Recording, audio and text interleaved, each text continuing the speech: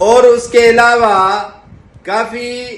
طنز و مزاح رکھنے والے گورنر کی ہو گئی چھٹی۔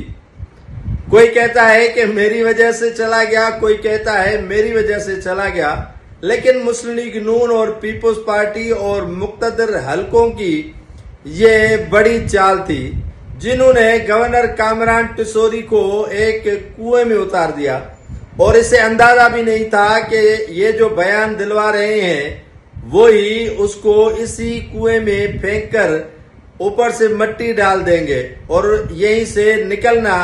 بڑا مشکل ہو جائے گا۔ پیپلز پارٹی بھی اسی تعاقب میں تھی اور مسلم لیگ نون بھی موقع کے تلاش میں تھی۔ نہال ہاشمی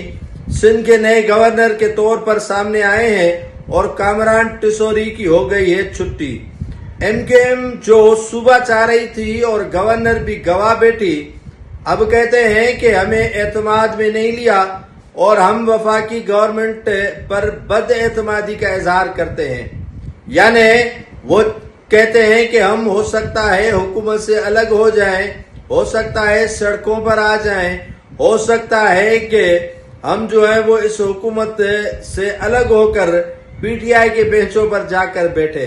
بھائی مصطفیٰ کمال، فاروق ستار اور خورشیدی صاحب، اس کے علاوہ خالد مقبول صدیقی صاحب، ہلکی پھلکی موسیقی اور پیانو باجا بجانے کا وقت ابھی آیا ہے۔ جو پہلے کامران ٹیسوری نے آپ کو کہا تھا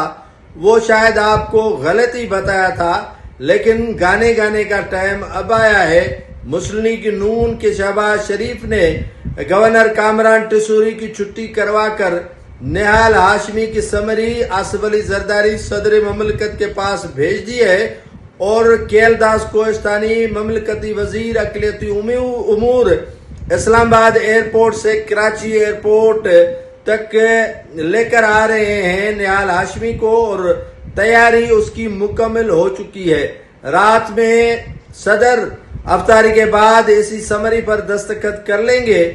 اور وزیر اعظم بھی چلے گئے ہیں چند گھنٹوں کے لیے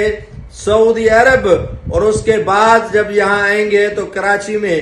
ایم کیو ایم صف ماتم بچھائی ہوگی اور ایم کیو ایم کا کوئی سننے والا نہیں ہوگا۔ مقتدر حلقے ناراض تھے نہال ہاشمی سے، لیکن آہستہ آہستہ ان کی کمپرومائز ہو گئی۔ اب نہال ہاشمی دیکھنا یہ ہے کہ M Q M, People's Party, Jamaat Islami, نون لیگ اور دیگر جماعتوں کے ساتھ کس طرح چلتے ہیں، یا وہ بھی کامران ٹیسوری کی طرح سیاسی بیان دینا شروع کر دیتے ہیں۔